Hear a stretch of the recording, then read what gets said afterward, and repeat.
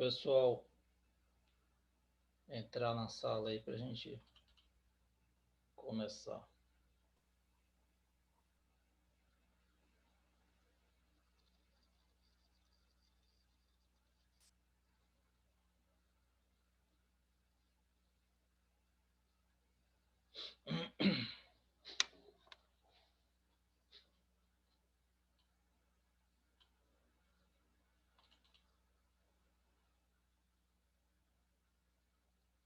Beleza, todo mundo tá me ouvindo direitinho, vendo o slide aí na tela?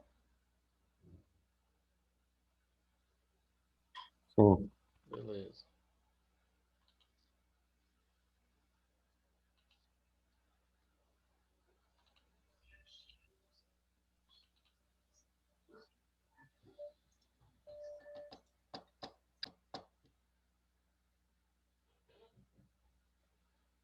Mais um minutinho para a gente começar aí. Deixa o pessoal terminar de entrar na sala aqui.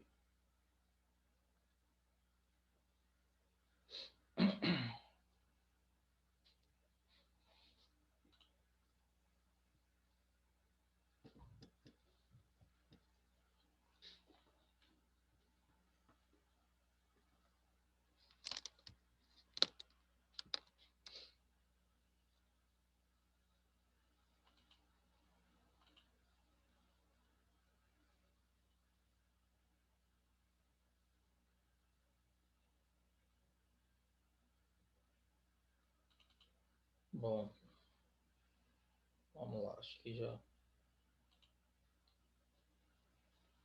voltou todo mundo. Novamente vou desligar a câmera aqui, tá? Para poder melhorar aí a qualidade da transmissão, a gente não ter problema de queda aí por causa da internet.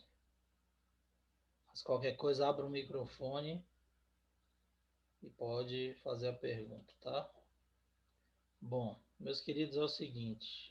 Deixa eu só admitir aqui os outros dois. Essa aula agora é para a gente falar a gente fazer uma revisão do que nós vimos sobre hidrostática, tá? Por quê? Porque, como está no cronograma que eu passei para vocês, na outra semana, na próxima semana, nós iremos fazer uma atividade avaliativa sobre esse conteúdo. Então, já vou passar a revisão para vocês. Essa aula vai ficar gravada.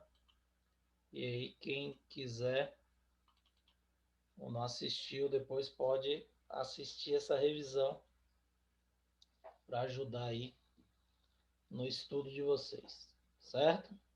Bom, hidrostática. Então, nós vimos que a hidrostática ela é o estudo do comportamento dos fluidos, né? Então, falei para vocês que é a parte da hidráulica responsável pelo estudo do comportamento dos fluidos. E o que era fluido? Fluido era todo líquido capaz de escoar e manter o seu estado físico original, mesmo quando submetido a grandes variações de temperatura e de pressão. Então, vocês sabem que um líquido, por exemplo, se ele for pressionado, se você aumentar muito a pressão, as suas moléculas tendem a se aproximar e, com essa aproximação, esse líquido pode solidificar. A mesma coisa vai ocorrer se você reduzir a temperatura, porque quando você reduz a temperatura, as moléculas perdem energia, deixam de se agitar, e aí a força de coesão aumenta em relação à força de repulsão, elas se aproximam e, consequentemente, o líquido pode solidificar. Se ocorrerem essas variações e não mudar de estado físico, o líquido permanecer no estado líquido, esse líquido é considerado um fluido, certo? Então, fluido é qualquer substância líquida ou gasosa. Por que líquida ou gasosa? Porque ela tem que escoar, ela tem que fluir, certo? E uma barra de gelo, ela não flui, ela não escoa, ela não escorre, ela não vai fluir, certo? Ela está solidificada. A água líquida não, ela vai fluir, ela vai escoar. Assim como o vapor também vai fluir. Então, qualquer substância sólida, ela não pode ser considerada fluido. Para ser considerado fluido, tem que ser ou líquido ou gasoso. Então, quando qualquer substância líquida ou gasosa mantém esse seu estado de gás ou de líquido, quando submetido a variações elevadas de pressão e de temperatura, ela é considerada um fluido e é o comportamento desse fluido que nós estudamos na hidrostática. Aqui, na figura, que eu já havia mostrado para vocês numa aula anterior, você tem aqui uma foto, né? Aqui é uma sátira do Osama Bin Laden, deitado, flutuando no Mar Morto. Então, no Mar Morto, como a água é muito salgada, ela tem uma densidade grande. Então, a pessoa, ao cair no Mar Morto, ela já vai ficar flutuando, porque a densidade da água é muito elevada. Por mais pesada que seja a pessoa, ela não vai conseguir afundar, porque sempre ela vai ser menos densa do que a densidade dessa água. É o que nós falamos agora no empuxo, né? Na questão 7 lá, nós, para determinarmos se o cubo ele iria afundar ou flutuar no recipiente com água, no recipiente com mercúrio, desculpe, era só a gente calcular a densidade do cubo e comparar com a densidade do mercúrio. Então aqui é a mesma coisa, tá? Densidade, a primeira grandeza que nós estudamos. Densidade ou massa específica é uma característica da substância, definida pela relação entre a massa e o volume.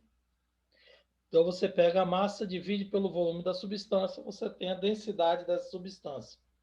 A unidade no Sistema Internacional de Medida vai ser quilogramas por metro cúbico, que é a unidade padrão. Mas você usa bastante gramas por centímetro cúbico, que foi o que nós vimos também nos exemplos da aula anterior.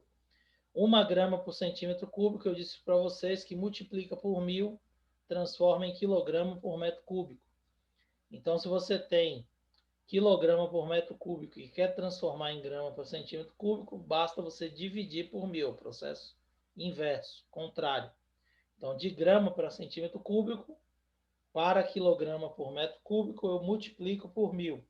De quilograma por metro cúbico para grama por centímetro cúbico, eu divido, desculpe, por 1000. Então, se eu tenho a densidade da água, quanto vale a densidade da água? 1 grama por centímetro cúbico, ou 1000 quilogramas por metro cúbico. Então, se eu sei que é 1000 quilogramas por metro cúbico, dividido por 1000 vai dar 1 grama por centímetro cúbico. Essa é a densidade da água que vocês têm que saber de cor, certo? A densidade está relacionada com a quantidade de matéria que você tem para um determinado volume. Então, aqui na figura você vê nitidamente que esse primeiro objeto aqui vai possuir uma densidade maior do que o segundo objeto, apesar dos volumes serem iguais. Por quê? Porque a densidade é diretamente proporcional à massa, quantidade de partícula. É como se aqui fosse uma placa, por exemplo, de ferro e aqui uma placa de isopor. Você tem muito mais partículas de ferro numa placa de ferro com o mesmo tamanho de uma placa de isopor do que você tem partículas de isopor. O isopor ele é mais poroso, ele tem mais espaço vazio entre as moléculas. E isso vai alterar na densidade, portanto, o isopor vai ter uma densidade menor do que o ferro, porém, mesmo eles apresentando volumes iguais, tá certo? Vimos a pressão, tá? Pressão é a relação que nós temos da força que foi aplicada em um determinado corpo e a área. Então, nós aplicamos uma força sobre uma área qualquer essa força ela será distribuída uniformemente por toda a área da superfície que foi aplicada. Então, se eu aplico uma força no meio de uma mesa, essa força ela vai ser distribuída para as extremidades da mesa, onde você tem o pé da mesa, os pés da mesa apoiando. Tanto que quando você empurra a placa da mesa para baixo, você observa que essa força também empurra os pés da mesa para baixo. Logo, a força ela vai ser distribuída na área da superfície, tá? E aí você vai calcular a pressão como? Pega a componente perpendicular da força, ou seja, a parte que foi pressionou perpendicularmente à superfície, dividida pela área. Por que isso? Porque você pode aplicar a força inclinada também. Quando você aplicar a força inclinada, parte dessa força vai servir para empurrar a mesa para o lado. E não é ela que está pressionando a mesa para baixo. Então, somente uma parte da força é que está pressionando a mesa para baixo. Tá certo? Então, é a força que foi aplicada na mesa, perpendicular a ela, dividida pela área que ela está sendo distribuída. Tá? A unidade vai ser Newton por metro quadrado. Certo? Esse símbolozinho aqui, ó, que está na fórmula, só está indicando que a força é perpendicular à superfície. Ela que exerce a pressão. Tá certo? Então, vimos que pressão é força sobre área e que a unidade de pressão vai ser Newton por metro quadrado. Essa é a unidade de pressão no SI. Essa unidade de pressão, Newton por metro quadrado, é igual a Pascal. Então, 1 Newton por metro quadrado é igual à pressão de 1 Pascal. É a mesma coisa, tá? Bom, então, se a pressão é a força sobre a área, imagine que eu tenha dois blocos idênticos. Um bloco A tem exatamente o mesmo tamanho, o mesmo volume, a mesma massa do bloco B. Quando eu colocar esse bloco em pé, ele vai exercer uma pressão maior ou menor do que o bloco B que foi colocado deitado? Maior. Maior. Por que maior?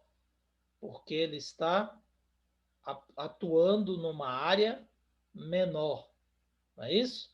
Então, quanto maior a área, menor a pressão. Ó.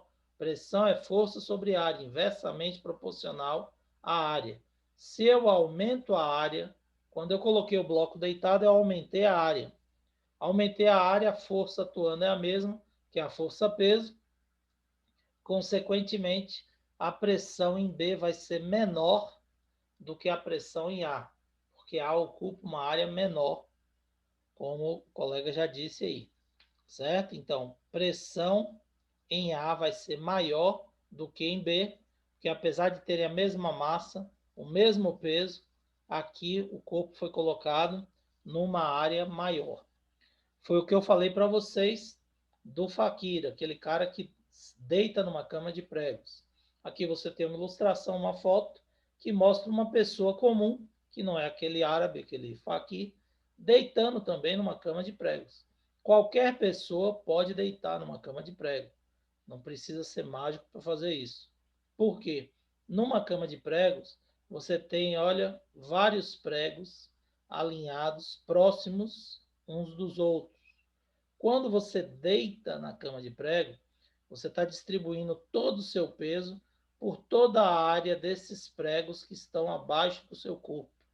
E aí você vai ter centenas ou até milhares, a depender da distância, de pregos abaixo do seu corpo. Logo, seu peso, a força-peso do seu corpo, vai ser distribuído por todas as superfícies de todos os pregos, diminuindo assim a pressão, e isso não vai ser suficiente para romper a sua pele e penetrar no seu corpo. Então você pode até marcar aqui o braço, marcar as costas, vai sair com uma marquinha, mas não vai furar, não vai ocasionar o rompimento da sua pele. Se você tentar fazer isso em cima de um prego, aí sim. Se você pisar num prego, toda a força, peso do seu corpo vai estar só na área de um prego. E aí ele vai romper a pele do seu pé e vai perfurar o seu pé. Tá certo? Então, pressão é força sobre área, newtons por metro quadrado. Densidade é massa sobre volume, quilogramas por metro cúbico. Tá? Outras situações que envolvem a pressão, a mulher no chão exerce uma pressão maior do que a do homem, porque normalmente a mulher usa salto alto. A área de contato vai ser bem menor do que a área de sapato utilizada pelo homem, que ocupa normalmente a base do solado do pé. Falei para vocês, se você pressionasse uma caneta ou um prego com os dois dedos, tá? A pressão no polegar seria maior, por quê? Porque no indicador você teria a base do prego ou a base da caneta, a área é maior do que a que está no polegar, que é só a ponta da caneta ou a pontinha do prego. Então, mesmo a força sendo igual a que você está aplicando, a pressão no polegar vai ser maior porque a área é menor. E a mesma coisa ocorre quando você bate no prego aí com o martelo, tá? A ponta do prego exerce uma grande pressão sobre a superfície, por isso que ela consegue penetrar na superfície, já que a cabeça do prego tem uma área maior do que a ponta. Então, a força que você aplica no martelo é a mesma, porém, a pontinha do prego é mais fina, ocupa uma área menor, essa pressão transmitida para a ponta do prego será maior e aí vai, consequentemente, penetrar aí na placa de madeira ou no objeto que se deseja, tá? Aqui são as unidades de pressão, mas a gente vai falar ali na frente para vocês, que nós temos a pressão em Newton por metro quadrado, em Pascal, milímetros de mercúrio e ATM. Mas eu vou falar aqui na sequência, tá? Bom, depois que nós vimos pressão e densidade, nós vimos o teorema de Stevens, o princípio de Stevens, que é a pressão hidrostática, pressão em um fluido, tá? Então, o líquido, devido ao movimento de suas moléculas, exerce uma pressão em todos os pontos da superfície do corpo que está em seu interior. Então, a pressão hidrostática ela é exercida no corpo todo, certo? A força devido à pressão perpendicular à superfície do corpo em cada ponto. Então, essa pressão exercida aqui perpendicular a cada ponto do corpo é a pressão hidrostática, tá? E essa pressão hidrostática nós vimos que ela depende da densidade, da gravidade e da altura, que é só a dedução da fórmula, tá? Então, pressão hidrostática vai ser a pressão do fluido, que nós vimos que é a densidade vezes gravidade vezes altura, certo? Essa é a pressão hidrostática, só a pressão do fluido, ó. Densidade vezes altura vezes gravidade. Porém, nós vimos também que existe uma pressão total, que é a pressão toda que o ponto está submetido. Então, imagine aqui que nós temos o ponto P. Sobre o ponto P, nós temos uma pressão hidrostática, tá? Essa pressão hidrostática, ela travou, foi? Só um minutinho aí, que eu volto. Beleza? Todo mundo está me ouvindo agora? Tranquilo? Abra o microfone aí, meu povo. Tranquilo, professor. Tá ouvindo direitinho? Então vamos lá. Vou voltar aqui, ó. A pressão hidrostática do princípio de Stevens é densidade vezes gravidade vezes altura. Só a pressão hidrostática do fluido, tá? Então aqui, por exemplo, ó, no ponto P, nós temos um volume de água no copo. E em cima do ponto nós temos uma altura, que corresponde à profundidade do ponto P. Quanto maior for a profundidade, mais líquido eu tenho em cima do ponto. Então, mais pressão esse líquido vai exercer sobre esse ponto. Então, a pressão hidrostática depende da altura de líquido que temos em cima desse ponto. Depende também de quê? Da densidade do líquido. Se eu tenho um copo igual com o mercúrio e o ponto P está no mesmo local, na mesma profundidade, eu vou ter a mesma altura de mercúrio em cima do ponto P. Só que a pressão no ponto P vai ser maior no mercúrio, porque nessa altura de mercúrio eu vou ter muito mais partículas de mercúrio do que partículas de água exercendo pressão no ponto. Então a pressão depende da altura de líquido que você tem em cima do ponto, depende da densidade desse líquido, porque quanto mais denso, maior vai ser a quantidade de partículas, maior vai ser o peso sobre o ponto, maior vai ser a força-peso, e depende da gravidade, porque a gravidade é que puxa essas partículas para baixo, pressionando o ponto. Então foi isso que Stevens estipulou, que a pressão hidrostática depende da densidade, da gravidade e da altura. Densidade do fluido, da profundidade do corpo, que o corpo se encontra, e da gravidade. Então, essa é a pressão hidrostática. Princípio de Stevens, densidade vezes gravidade vezes altura. Porém, eu falei para vocês que nós temos a pressão total. Por quê? Nós estamos mergulhados na Terra. Então, qualquer coisa que a gente for medir está submetida à pressão da nossa atmosfera também. E a pressão da nossa atmosfera tem que ser somada com a pressão hidrostática para você determinar a pressão no ponto P. Então, essa pressão nós chamamos de pressão total. Ou seja, no ponto P, qual a pressão total que o corpo estará submetido? A pressão hidrostática, que é densidade vezes gravidade vezes altura, mais a pressão atmosférica do local, certo? Então, se ele estiver na praia, a pressão atmosférica é de 1 atm, uma atmosfera completa. Mas se ele estiver em Conquista, a pressão é um pouco menor. Então, você vai somar a pressão atmosférica do local mais a pressão hidrostática para determinar a pressão total nesse ponto. Beleza? Relembrar aí até aí? Dúvidas? Sim. Então, ótimo. Vamos lá. Continua travando ou tá beleza aí? Tá beleza. Ótimo. Tá beleza, professor. Beleza, então. Vamos lá. Bom, então essa é a pressão hidrostática, tá? Você observa nessas ilustrações aqui, teve uma até que eu já passei uma questão sobre isso e falei para vocês, que foi a da barragem. Mas aqui você tem, por exemplo, ó, um tanque. Se você fizer 3 orifícios no tanque, você vai observar esse comportamento aqui, ó. A água no orifício superior ela vai cair mais próxima da base do tanque do que a água que está no meio, e a água que está embaixo, o orifício que sai, a água que sai do orifício que está abaixo, ele vai sempre mais distante, vai cair mais longe da caixa. Por quê? Porque a pressão hidrostática aqui, pressão total se a caixa estiver aberta, e hidrostática se a caixa estiver fechada, vai ser maior quanto maior for a profundidade. Então, o comportamento é similar se esse recipiente estiver tampado ou aberto. A diferença é que a pressão, se estiver tampado, vai ser só a hidrostática, só a do fluido, e se estiver aberto, vai ser a total, a hidrostática mais a atmosférica. No entanto, quanto maior a profundidade, maior a pressão, maior vai ser a força que ele vai sair e vai ser jogado para uma distância maior. Beleza? Tranquilo aí?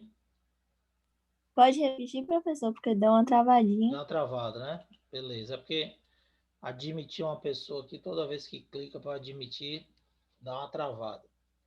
Mas vou repetir, sem problema. Então, veja só. Quando você fizer os 3 furos, você vai observar que a água que sai no primeiro furo, ela cai mais próxima do recipiente. A água do meio, que sai do furo do meio, cai mais distante do que a primeira, mas a água que foi o furo da base vai cair mais distante dos 3. Ela vai mais longe. Por quê? Porque a pressão aqui vai ser maior nesse orifício aqui embaixo, então a força com que a água vai ser jogada para fora aqui vai ser maior do que aqui em cima ou do que no meio. Por quê? Se a caixa estiver tampada, vai ser só a pressão hidrostática aqui dentro. Então, densidade vezes gravidade vezes altura. Quanto maior a altura, maior vai ser a pressão hidrostática, maior vai ser a força que ela vai ser jogada para fora. Se tiver aberta, a mesma coisa. Por quê? A diferença é que vai ser a hidrostática mais a atmosférica. Só que a atmosférica vai ser somada à hidrostática. Então, quem tem a maior pressão hidrostática continua jogando a água para fora com maior força e caindo a uma distância maior do que quem está mais acima. Conseguiram ouvir agora e entender? Sem Sim, travar? professor, obrigada. Beleza. Sim, professor. Joia. Bom, a mesma coisa são nesses recipientes que possuem os aros metálicos para manter. Normalmente aqui são recipientes de madeira ou placa de cimento que tem uma amarração de ferro, tá? Para manter essa caixa d'água, essa estrutura, suportando aqui o fluido ou a água, tá? Você observa que os aros metálicos, eles são mais próximos na parte de baixo. Na parte de cima, eles podem ser mais afastados. Por quê? Justamente por causa da pressão hidrostática. Quanto maior a altura, maior a pressão. Então, aqui embaixo está submetido a uma pressão maior, consequentemente, tem que ser mais reforçado. E a mesma coisa nas barragens. Como eu disse para vocês, coloquei até numa questão. Num exemplo, foi numa questão de exercício, eu não me lembro agora, mas eu perguntei por que a parte de baixo das barragens são sempre mais largas do que a parte de cima. Justamente por isso, porque quanto mais profundo for a quantidade de água que a barragem estiver suportando, maior vai ser a força que ela aplica. Logo, a base aqui, devido à pressão hidrostática, tem que ser mais reforçada do que a parte de cima, já logo que a parte de cima tem menos altura, menos altura de água, né? E vai exercer uma pressão menor, apesar do volume da água do rio ser o mesmo. Porém, devido à altura, você vai ter uma maior pressão hidrostática na base, por isso ela tem que ser reforçada. Ok? Relembrar isso aí? Esse princípio de Steve está relacionado com o que nós falamos dos vasos comunicantes, certo? Então, os vasos comunicantes são vasos que se ligam e, através do recipiente, você mantém a mesma pressão. Então, você observa aqui que as pressões são iguais e relacionando essas pressões, igualando essas pressões, você consegue, pela diferença de altura, determinar características do líquido, tá? Então, você pode determinar, por exemplo, a densidade de um em relação ao outro. Isso aqui é um aparelho chamado de manômetro, tá? A base do aparelho chamado manômetro. Você pode determinar a pressão, pode determinar a densidade, comparando aqui o líquido. Observe que você coloca aqui dois líquidos diferentes. O que vai acontecer? O líquido, se fosse o mesmo líquido, ele iria ocupar exatamente a mesma altura, pelo princípio de Steve de vasos comunicantes. Então, ficaria aqui C e D, o líquido. Porém, são líquidos diferentes. O que vai acontecer? Esse líquido vai ocupar uma altura diferente desse, que é proporcional à densidade, certo? Quem é mais denso aqui? O líquido amarelo, que está empurrando o azul para cima. Significa que o azul é menos denso, já que a pressão é a mesma, a pressão atmosférica. Certo? Então, nós teremos as densidades diferentes, que poderão ser determinadas como? Se você iguala as fórmulas, como eu falei para vocês lá, corta a gravidade, a pressão é a mesma, você tem que densidade de um vezes a altura de um é igual à densidade do outro vezes a altura do outro. Ou aqui ele inverteu, colocou H1 sobre H2 é igual a D2 sobre D1. Você vai poder calcular. Nos exemplos que eu passei para vocês, eu usei a fórmula nessa posição aqui. D1 vezes H1 é igual a D2 vezes H2. Dei um exemplo, parece que com água e óleo, para determinar a densidade do óleo, certo? Mas usando o princípio de vasos comunicantes, igualando a pressão corta a gravidade, você chega nessa relação. Ok? Aí você tem um sistema de vasos comunicantes. Como eu disse para vocês, se os vasos estão interligados, independente da forma, da base, observe aqui que o líquido azul está ocupando, ó, a mesma altura em todos os recipientes. E a pressão exercida no fundo de cada recipiente vai ser exatamente igual. Por quê? Porque é o mesmo líquido, certo? Então, é a mesma densidade, a mesma gravidade e a mesma altura que puxa o líquido para baixo, exercendo a pressão nessa basezinha preta. Então, o princípio de Stevens relaciona isso. Aplicações práticas, tá? O tubo externo da máquina de café marca o nível de café dentro da máquina. Então, você tem uma máquina aí que você armazena o café. Ele pode, na hora que você está produzindo lá, envasando o café, você pode ver qual é o nível através desse tubo externo, já que o líquido ele mantém o mesmo nível pelo princípio de Stevens. A mesma coisa já havia dito para vocês, os pedreiros, né? Usam a mangueira para poder marcar o nível lá do azulejo, da cerâmica que eles estão instalando. Então enche de água a mangueira, eleva, quando atinge o mesmo nível aqui de água, ele bate uma linha e nivela a parte da parede que ele quer azulejar lá. Princípio de vasos comunicantes, princípio de Stevens. E aqui do vaso eu já expliquei para vocês, né? O nível da água no sifão mantém o mesmo nível da água dentro do vaso. Então, por mais que você jogue água aqui, o nível da água não sobe, porque o excesso vai jogar aqui para o esgoto, e pelo princípio de Stevens, vasos comunicantes, o nível da água no sifão permanece o mesmo da água que está dentro do vaso. Certo? Como eu falei para vocês, pressão vai ser a densidade e a gravidade vezes a altura, e a diferença de pressão você pode calcular pelo princípio de Stevens através da diferença de altura. Então, qual a pressão de A em relação a B? Você vai pegar a densidade vezes a gravidade vezes a altura. A densidade da água vezes a gravidade vezes a altura que tem de um ponto a outro. E aí você consegue determinar, certo? Então, a cada 10 metros de profundidade de água, você vai aumentar a pressão de 1 vezes 10 a 5 newtons por metro quadrado. 1 vezes 10 a 5 newtons por metro quadrado corresponde à pressão de 1 atm, uma atmosfera completa. Então, a pressão de 1 atm corresponde a 100 mil newtons aproximadamente por metro quadrado. Tá? É a pressão de uma atmosfera completa. Quando você mergulha na água, a cada 10 metros de profundidade, você está aumentando 100 mil newtons por metro quadrado de pressão. Ou seja, você está aumentando 1 atm de pressão. Então, se o mergulhador ele está na superfície da água, a 0 metros, a pressão que ele está submetido é só a pressão atmosférica, de 1 atm, como está mostrando aí na tabela. Se ele mergulha 10 metros, como está no cálculo aí, a pressão hidrostática exerce uma pressão de 1 atmosfera. Qual a pressão que ele está submetido? 2 atmosferas, como está aí na tabela. Por quê? Porque a pressão hidrostática de 1 atm mais a pressão atmosférica de 1 atm também. Então, 1 mais 1, 2. Se ele mergulhou 20 metros de profundidade, ele tem 2 atm de hidrostática mais 1 atm de atmosférica.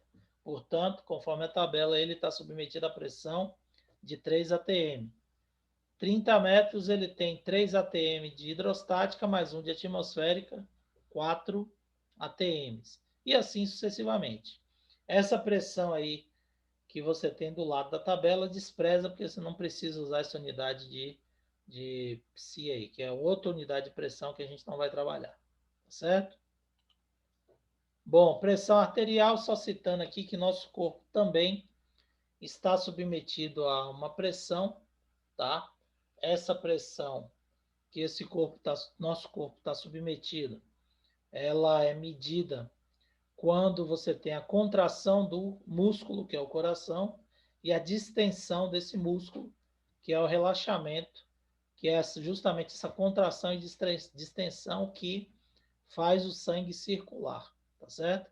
Então, nosso coração é uma bomba muscular de pressão. Ela aumenta e diminui a pressão no sangue, fazendo com que esse sangue circule no nosso corpo. É chamado de pressão arterial. A nossa pressão arterial seria de 12/8. Como é que mede? Mede com milímetros de Hg, 120 milímetros de Hg sistólica e 80 milímetros de Hg diastólica, quando você está contraindo e distendendo o coração. Essa seria a pressão normal, tá certo? Mas aqui é só uma curiosidade aí para vocês. Aqui não tem problema. Pressão atmosférica. A pressão atmosférica corresponde à pressão que a massa de ar que envolve a Terra exerce sobre a superfície da Terra. Então, nós vimos que a atmosfera terrestre ela apresenta uma camada de aproximadamente 30 quilômetros de espessura. Esse ar ele é composto por diversas substâncias. Você tem oxigênio, nitrogênio, hidrogênio, argônio, xenônio, moléculas de água, partículas de poeira em suspensão. Então, você tem diversos elementos em suspensão no ar.